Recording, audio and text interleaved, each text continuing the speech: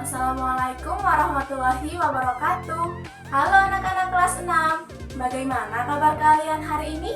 Ibu harap kalian selalu dalam keadaan sehat ya. Nah, anak-anak, pada pertemuan hari ini kalian akan belajar bersama Buna.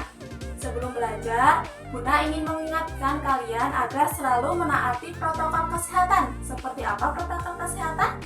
Yaitu menjaga jarak, selalu pakai masker, dan sering-sering mencuci tangan. Ya. Anak-anak, jadi hari ini kalian akan belajar tema 4, globalisasi, subtema 1, globalisasi di sekitarku, pembelajaran keempat. Nah, untuk tujuan pembelajaran yang akan kita capai pada hari ini adalah 1. Peserta didik dapat mengidentifikasi contoh keberagaman ekonomi di masyarakat dengan tepat. 2. Peserta didik dapat menginformasikan manfaat keanekaragaman ekonomi di era globalisasi dengan tepat. 3. Peserta didik dapat mengidentifikasi informasi penting dari teks eksplanasi dengan benar. 4. Peserta didik dapat memahami isi teks eksplanasi tentang globalisasi dengan tepat. 5. Peserta didik dapat menyajikan informasi penting dari teks eksplanasi tentang globalisasi dengan tepat. Nah, anak-anak, sebelum pembelajaran dimulai, mari kita berdoa terlebih dahulu. Berdoa dimulai. Berdoa selesai.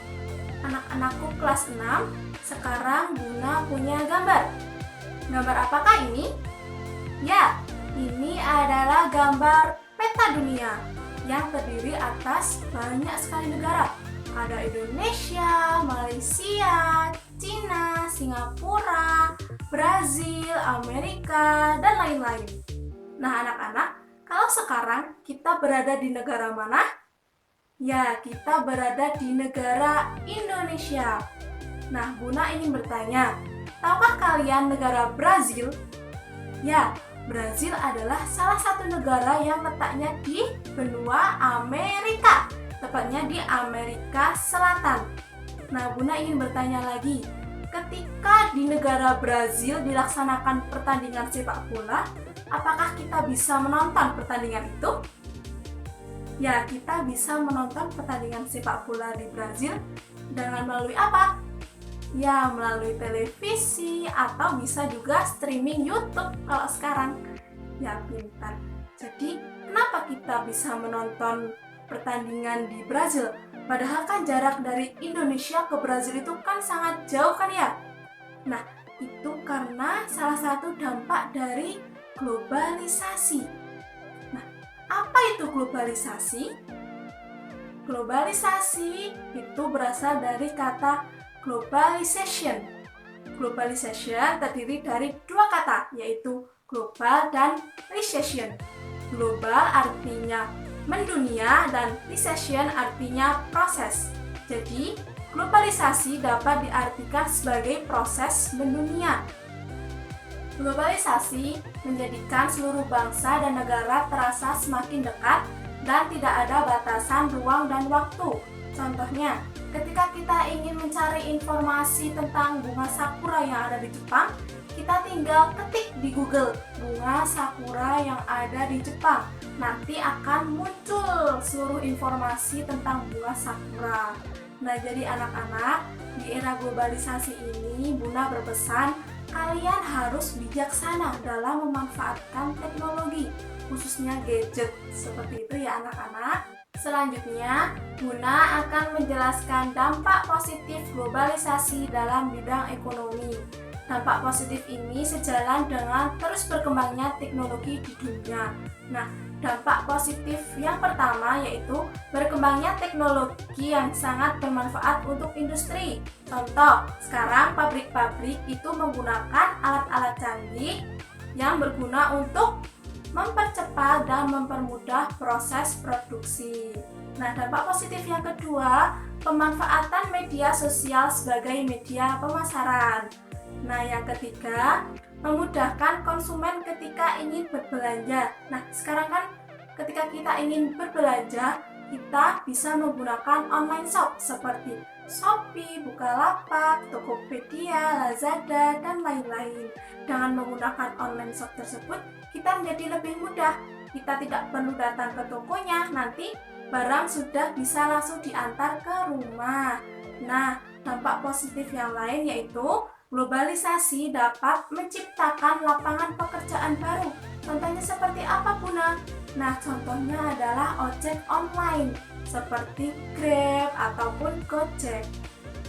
Anak-anak, tadi Buna sudah menjelaskan salah satu dampak positif globalisasi, yaitu globalisasi menciptakan lapangan pekerjaan baru seperti adanya ojek online. Nah, selain pekerjaan ojek online, masyarakat di Indonesia juga memiliki banyak sekali mata pencaharian, yaitu contohnya ada yang menjadi guru, ada yang menjadi pedagang, kalau ya di desa menjadi petani, ya di dekat pantai menjadi nelayan, ada juga yang menjadi tukang cukur, dan masih banyak lagi pekerjaan-pekerjaan yang dilakukan oleh masyarakat Indonesia. Nah, banyaknya pekerjaan ini merupakan salah satu contoh bentuk keberagaman ekonomi di era globalisasi.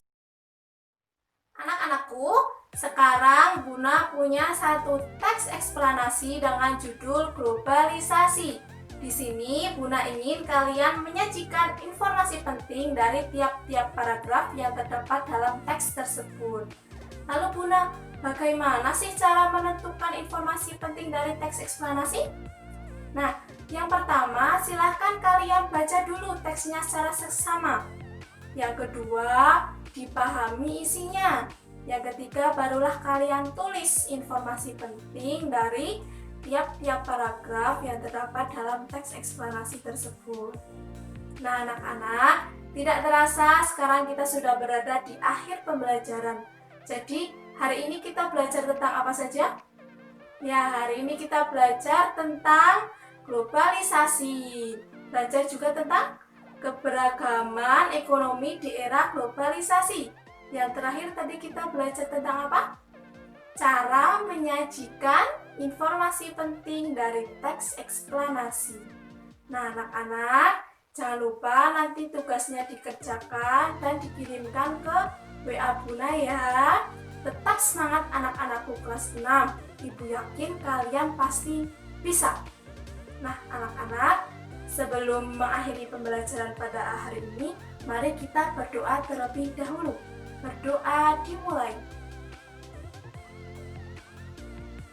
Berdoa selesai. Sekian dari Buna akhiri. Wassalamualaikum warahmatullahi wabarakatuh.